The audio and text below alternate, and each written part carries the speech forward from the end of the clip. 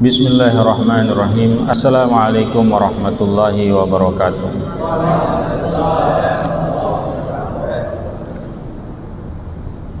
Nahmaduhu wa nusalli wa nusallim ala rasulihil karim wa ala alihi wa ashabihi ajma'in. Qala Allah ta'ala fi kitabihil karim, a'udzu billahi minasyaitonir rajim. Innal ladzina qalu rabbuna Allahu tsumma istaqamu tatanazzalu alaihimul malaikatu alla takhafu wa la tahzanu wa abshiru bil jannati allati kuntum tu'adun. Wa qala Nabi sallallahu alaihi wasallam, la yu'minu ahadukum hatta yakuna hawahu tab'an lima ji'tu bihi, atau kama qala alaihi assalatu wassalam. Alhamdulillah, Bapak-bapak sekalian, jemaah sholat maghrib yang sama-sama mencari ridho Allah Subhanahu wa ta'ala, lagi dan lagi kita bersyukur atas segala nikmat yang Allah Subhanahu wa ta'ala telah curahkan kepada kita sekalian, yang mana alim ulama kita beritahu apa sebenarnya maksud Allah Ta'ala memberikan kita nikmat yang begitu banyak ini. Apa maksud Allah Ta'ala tidak henti-hentinya memberikan kita nikmat yang begitu banyak sejak kita masih di alam rahim? Allah Ta'ala bagi nikmat yang sangat banyak.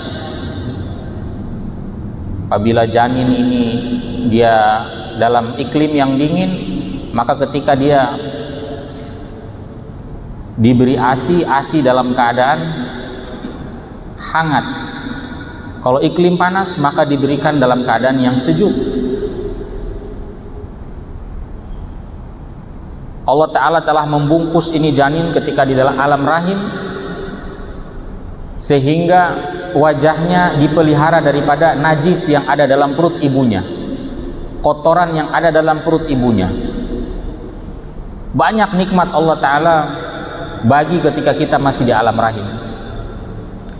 Ketika sampai di dunia pun tidak henti-hentinya Allah Ta'ala berikan kita nikmat ini sampai dengan detik ini.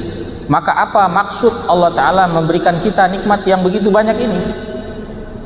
Maksudnya adalah, di antara maksud yang Allah Ta'ala berikan kita nikmat yang begitu banyak, supaya kita ini yang mendapat nikmat ini ada perasaan malu kalau tidak taat kepada Allah. Jadi maksudnya biar kita ini ada perasaan malu, Pak. Jadi sudah dibaiki sama Allah, kemudian diperintah Allah tidak mau taat. Ada perasaan malu. Seperti kita mungkin di tempat kita bekerja, ketika kita diperintah atasan kita, maka kita ada perasaan segan. Ada perasaan segan. Kalau kita diundang, mungkin atasan kita punya acara, punya hajatan, punya syukuran, mungkin anaknya menikah, kemudian kita diundang, maka kita ada perasaan segan tidak hadir, tidak mau datang. Ada perasaan malu. Karena apa? Karena atasan kita telah banyak memberikan kebaikan-kebaikan kepada kita, banyak membantu kita, banyak menolong kita. Maka seperti itu pun maksud Allah Ta'ala memberikan kita nikmat yang begitu banyak ini, yang mana nikmat ini tanpa kita minta, Pak. Ini nikmat tanpa kita minta. Kira-kira dulu kita pernah tidak request sama Allah, minta supaya mata kita letaknya di antara dua hidung ini, di antara hidung kita ini sementara? Kita tidak pernah minta, Pak. Kita tidak pernah request. Tapi kenapa Allah Ta'ala tidak bagi mata kita di atas kepala, kah? Atau mungkin di belakang kepala kita, atau mungkin di punggung, Pak? Seperti hewan-hewan yang ada matanya di punggung, ada matanya di bagian perutnya, Pak. Seperti apa, ikan pari itu, ikan pari matanya di nikmat yang kita tidak minta Allah kasih. Kita ini ada biasanya satu permintaan kita Allah tidak penuhi ataupun Allah belum penuhi, kita sudah marah sama Allah. Ada satu keinginan kita sudah doa Allah belum penuhi, kita sudah marah sama Allah Ta'ala. Padahal kata Sayyidina Abu Bakar radhiyallahu ta'ala anhu, jangan kita marah kalau ada satu permintaan kita yang Allah belum penuhi, karena begitu banyak nikmat yang Allah telah berikan kepada kita yang tanpa kita minta. Yang kita tidak minta ini kita lupa, yang kita ingat yang kita minta saja.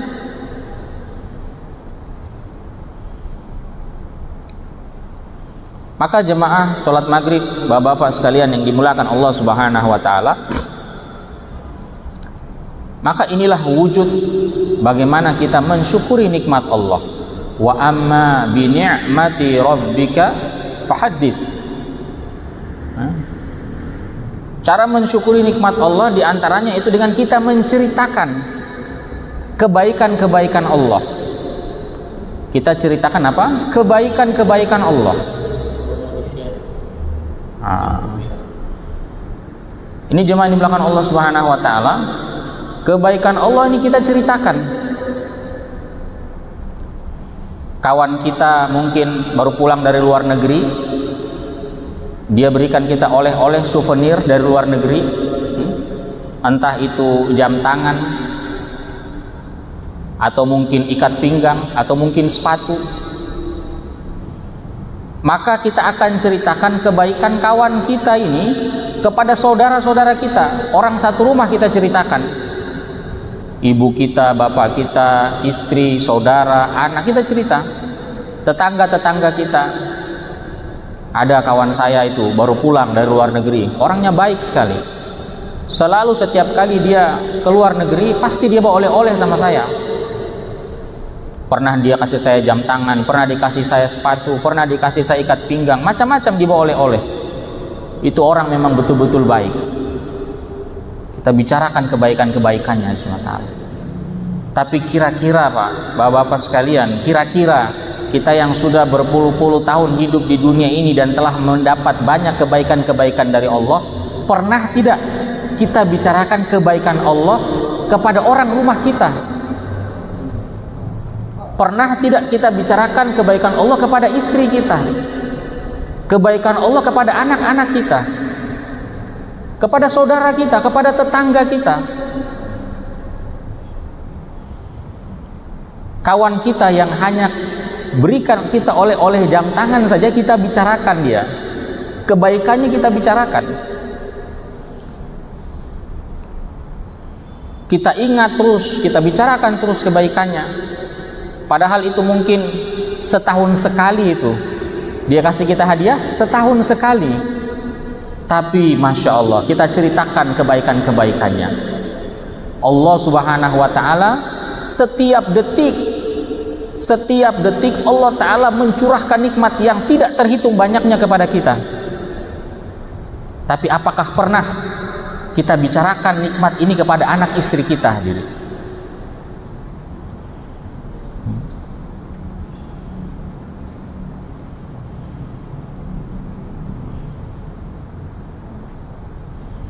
Inilah wujud syukur kita kepada Allah. Maka untuk itu hadirin bapak-bapak yang dimuliakan Allah Subhanahu wa ta'ala, perkara iman adalah perkara yang paling azas. Perkara iman adalah perkara yang paling azas, yang paling penting. Kalau tadi subuh kita bicara tentang sifat yang pertama yang dimiliki oleh para sahabat, yang paling menonjol oleh para sahabat adalah iman yang benar kepada Allah, iman yang sempurna kepada Allah.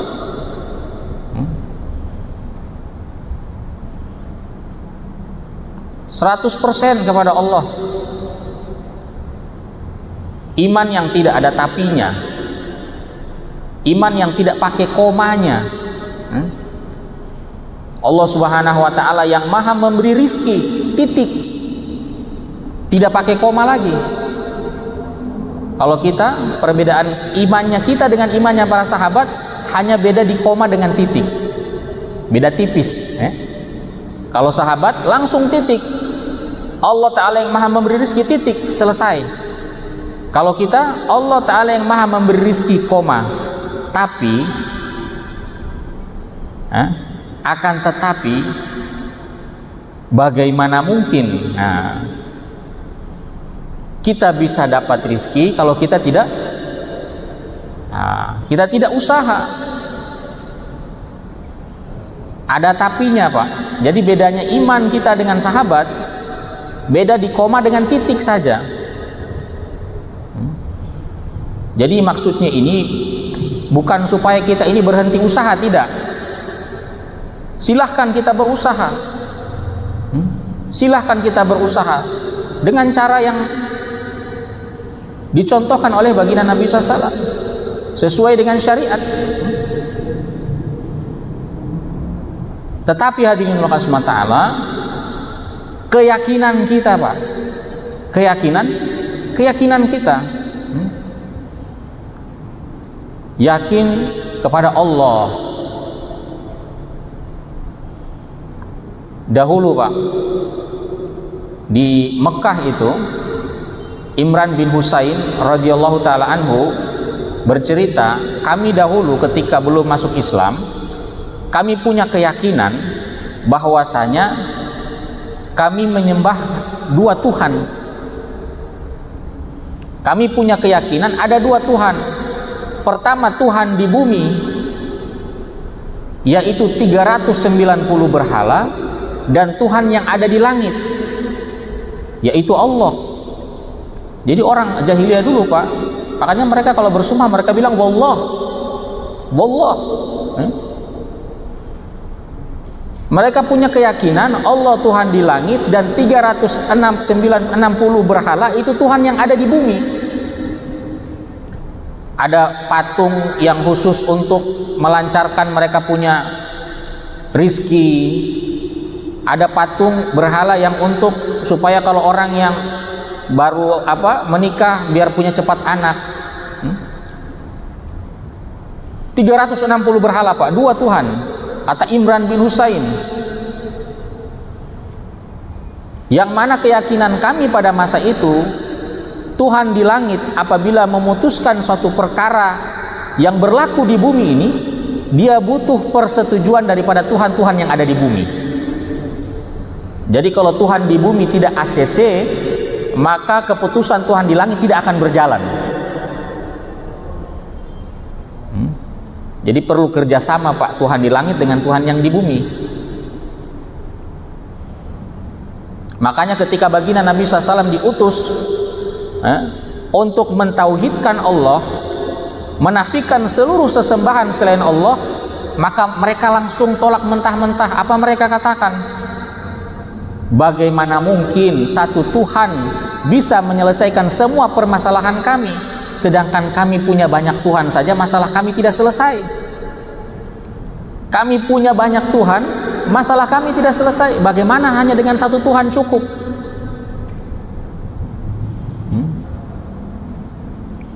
Maka alim ulama kita katakan, ini pun yang berlaku pada hari ini. Ini pun yang berlaku pada hari ini. Kita yakin juga sama Allah, kita yakin juga sama berhala-berhala yang ada di bumi ini di sementara. Berhala kita sekarang, Pak, tidak dalam bentuk patung, tidak. Tapi berhala kita kantor kita. Bagaimana saya bisa hidup? Saya mau makan apa? Kalau toko saya tutup, anak istri saya mau makan apa?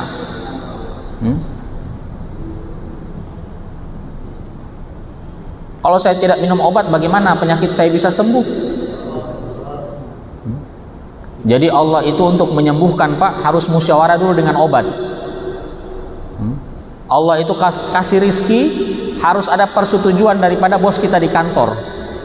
Kalau bos di kantor tidak ACC, rizki tidak bisa cair hadirin sementara. Proyek tidak cair Pak. Padahal baginda Nabi SAW sabdakan, inna rizqa la yatlubul abda kama yatlubul ajaluh. Nabi SAW katakan apa? Inna rizqa la yatlubul abda kama yatlubul ajaluh. Sesungguhnya rizki itu benar-benar mengejar seorang hamba seperti mana kematian mengejarnya. Rizki itu benar-benar mengejar seorang hamba seperti kematian mengejarnya. Bapak-bapak sekalian, kalau kirim paket Pak, kirim paket ke saudara kita mungkin di luar pulau, di luar daerah, hantar ke jasa pengiriman barang, asal tulis nama di situ, alamat lengkap, kira-kira boleh tidak mos orang lain yang terima Pak? Dia akan hantar sesuai daripada alamat yang tertera di situ, siapa penerimanya, sampai ketemu orangnya Pak. Insya Allah tidak keliru itu. Itu baru manusia yang antar Pak, tidak salah alamat.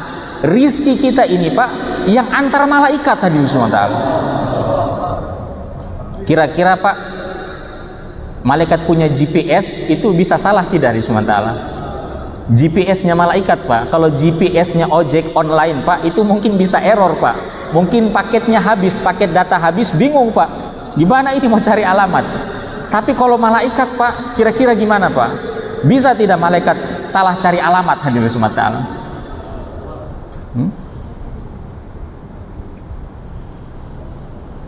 Inna rizqa la yatlubul abda kama yatlubuhul ajalu.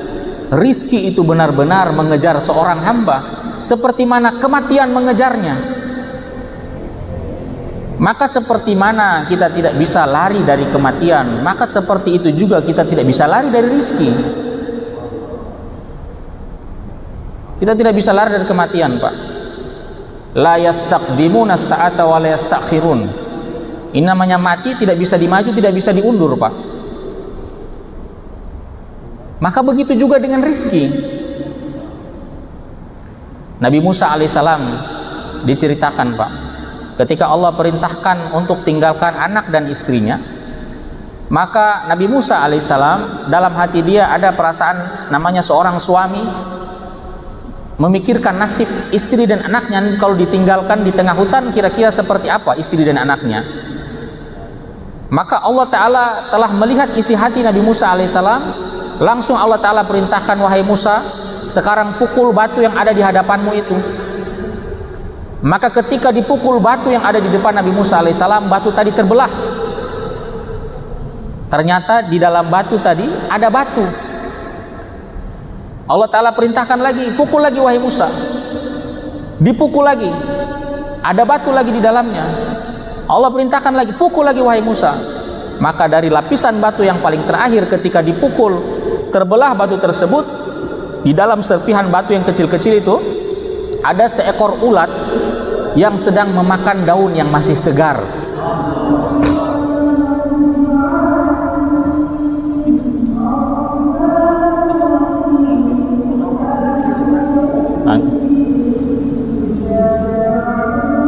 Seekor ulat yang sedang memakan daun yang masih segar. Maka Allah Ta'ala memperdengarkan tasbih daripada ulat tersebut kepada Musa alaihissalam. Apa tasbih daripada ulat tersebut? Subhanallah man yarani wa yasma'u kalami wa ya'rifu makani wa yadhkuruni wa la yansani. Subhanallah man yarani, maha suci Allah yang selalu melihatku. Wa yasma'u kalami, yang mendengar perkataanku, pembicaraanku. Wa ya'rifu makani, yang mengetahui keberadaanku.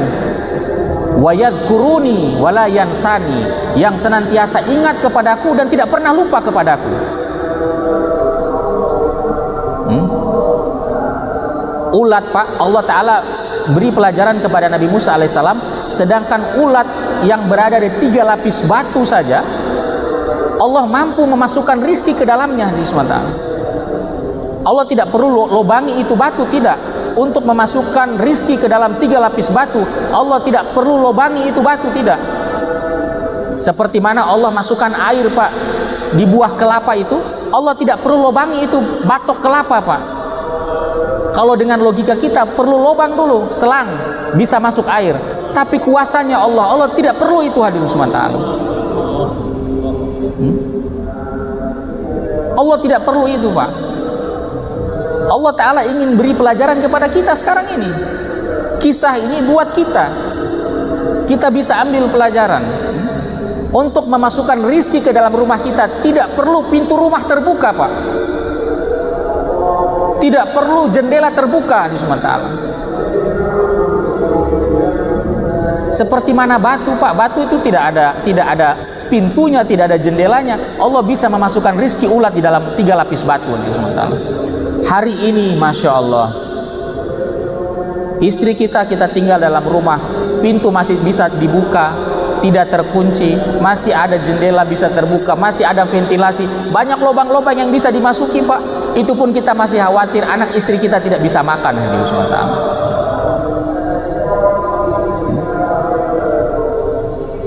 Ini sampai jam berapa? Terus.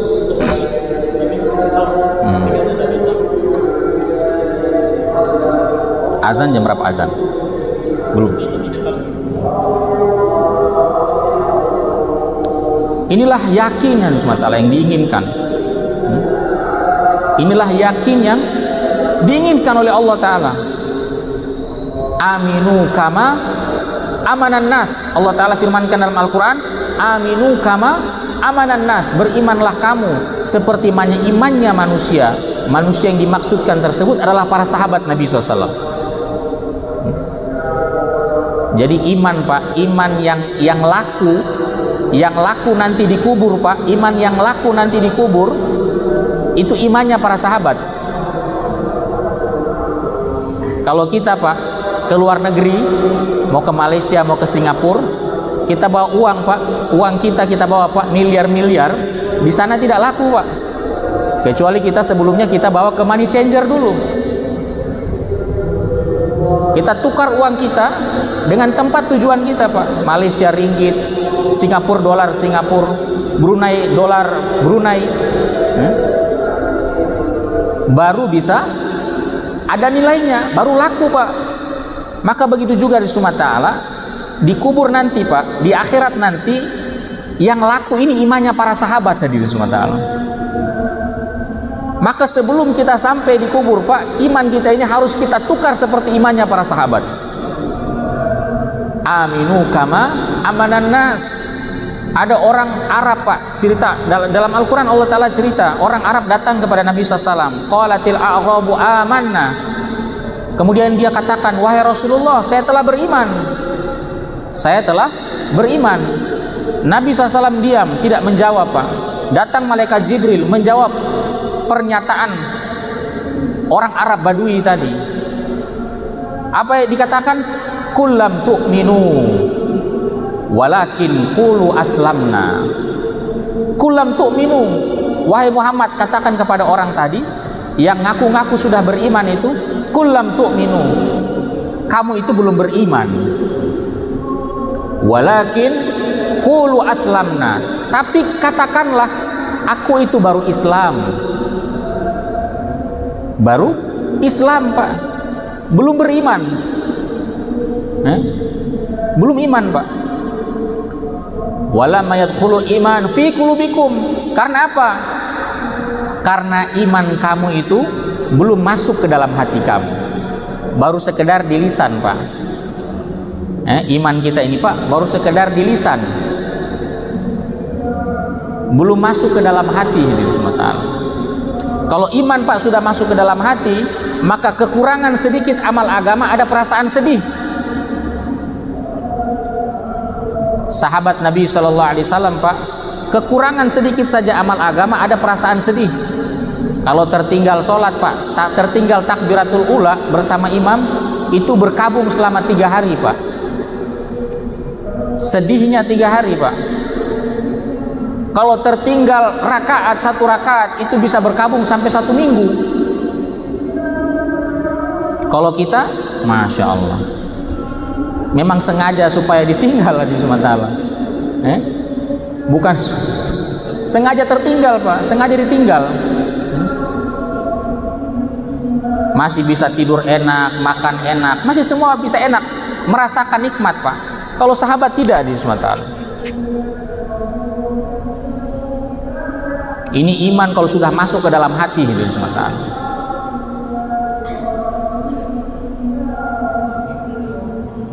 Ada perasaan sedih, Pak. Satu orang sahabat datang kepada Nabi SAW bertanya, apakah iman itu wahai Rasulullah?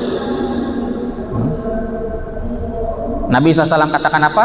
Iza hasanta hasanatuka wa sa'atka sayi'atuka fa anta mu'min.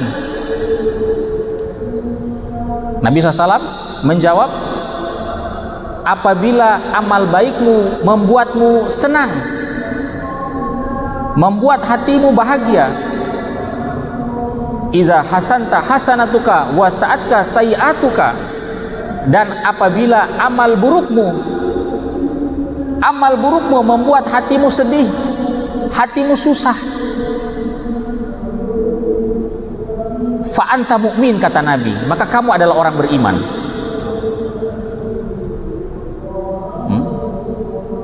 Kalau orang sekarang sering bilang apa?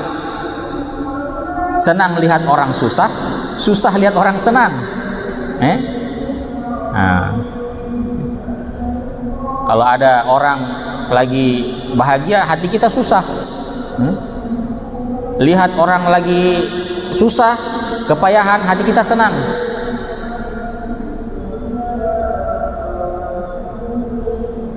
Padahal Nabi SAW katakan apa? Barang siapa yang tidak peduli dengan urusan umat Islam, fala isa minni, kata Nabi, dia bukan golonganku. Kalau kita sekarang tidak peduli saja, masa bodoh, itu bukan urusan saya. Saya masih banyak urusan juga. Ngapain mau mikirin orang lain? Saya juga di rumah punya banyak masalah. Kenapa harus saya pikir masalahnya orang lain? Inilah iman, hadirin sekalian. Inilah iman, Pak. Sudah menghujam ke dalam hati.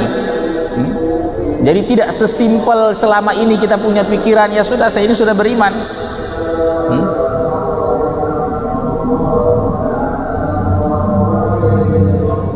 Nabi SAW, Pak, berikan kita bagaimana cara mengukur iman kita, Pak. Nabi SAW katakan apa? Man ra'a munkaron fal yughayyirhu fa illam yastati fa bilisanihi. Kalau kita melihat kemungkaran dilakukan di hadapan kita, maka cegahlah dengan tangan kita, ubahlah dengan tangan kita. Jikalau tidak mampu, maka cegahlah dengan lisan kita. Jikalau tidak mampu lagi, maka hendaklah ada perasaan benci di dalam hati dengan kemaksiatan tersebut, bukan dengan orangnya, tapi kemaksiatan yang dibuat. Dan kata Nabi, dan itu adalah selemah-lemahnya iman. Lihat orang maksiat, Pak, ada rasa benci dalam hati. Ini lemah, iman yang paling lemah, kata Nabi. Ini, Pak, cara mengukur iman kita ada di tahap mana? Sekarang kira-kira kalau kita lihat, Pak, orang misalnya tidak sholat, kita ada di bagian mana, Pak? Apakah kita ubah dengan tangan, kita cegah dengan lisan, ataupun kita ada benci dalam hati, atau sama sekali sudah tidak ada perasaan apa-apa di Sumatera?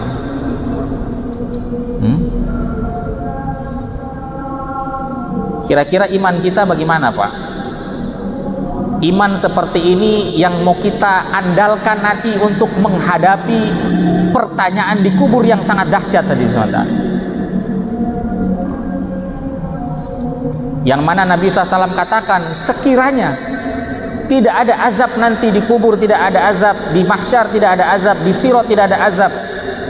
Sekiranya memang tidak ada azab, kata Nabi, sebagai balasan untuk orang-orang ini yang durhaka kepada Allah di dunia, sudahlah cukup dengan memandang wajahnya munkar dan nakir. Hadis mantan, wajah pandangnya, memandang wajahnya Pak munkar nakir itu sudah cukup sebagai balasan buat kedurhakaan mereka semasa di dunia sementara. Maka Nabi ajarkan kita untuk doa kepada Allah, Allah selamatkan daripada fitnah kubur. Apa itu fitnah kubur Pak? Fitnah kubur Pak, ini kepala ini yang kita mau jawab pertanyaan munkar dan nakir sudah terisi jawaban Pak.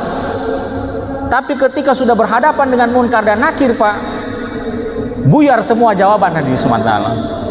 Seperti kita barangkali kalau ujian Pak, ujian lisan, mungkin dosen kita yang menguji kita ini wajahnya sangar hadis sementara. Kumisnya tebal, matanya merah. Kita yang tadinya sudah belajar sungguh-sungguh di rumah, pas ketemu lihat Pak, gugup hadis sementara.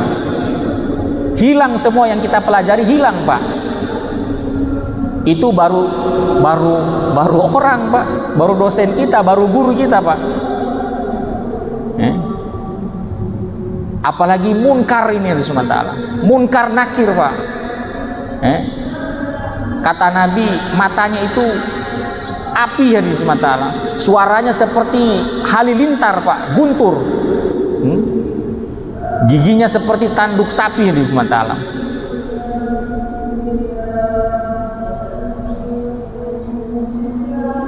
Satu waktu Pak, Nabi cerita bagaimana kedahsyatan wujud munkar dan nakir Pak. Jarak antara pundaknya itu 1 tahun perjalanan. Matanya seperti ini, wajahnya seperti ini, menyeramkan seperti ini, macam-macam Pak Nabi ceritakan.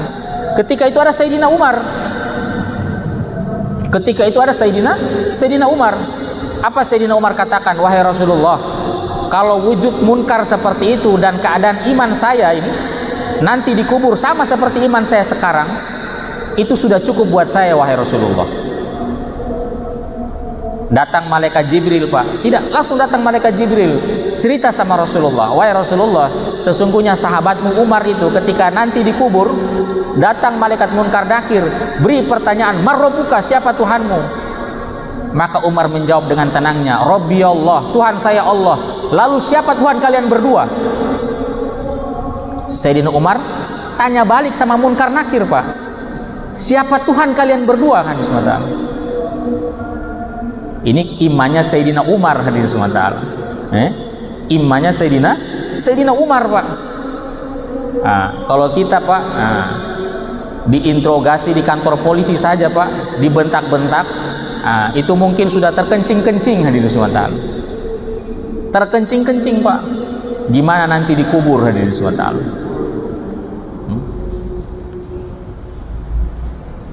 Aminu kama amanan nas.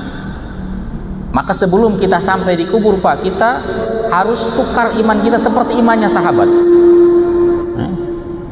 Insyaallah kita lanjutkan pembicaraan kita ini, muzakarah kita ini selepas subuh esok insyaallah. Allah Ta'ala bagi kita umur panjang, kesempatan, kesehatan. Semoga kita mesti berkumpul lagi di tempat yang mulia ini insyaallah. Subhanallah bihamdi, subhanakallahumma bihamdika, astaghfiruka wa atubu ilaik. Assalamualaikum warahmatullahi wabarakatuh.